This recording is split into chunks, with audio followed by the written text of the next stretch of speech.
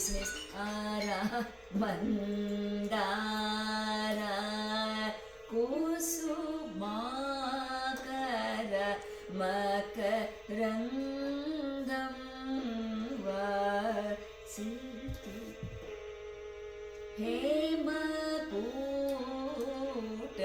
Simhasana Virupaksha Karunakara Mandara Kusumakara Makarandam Vasiture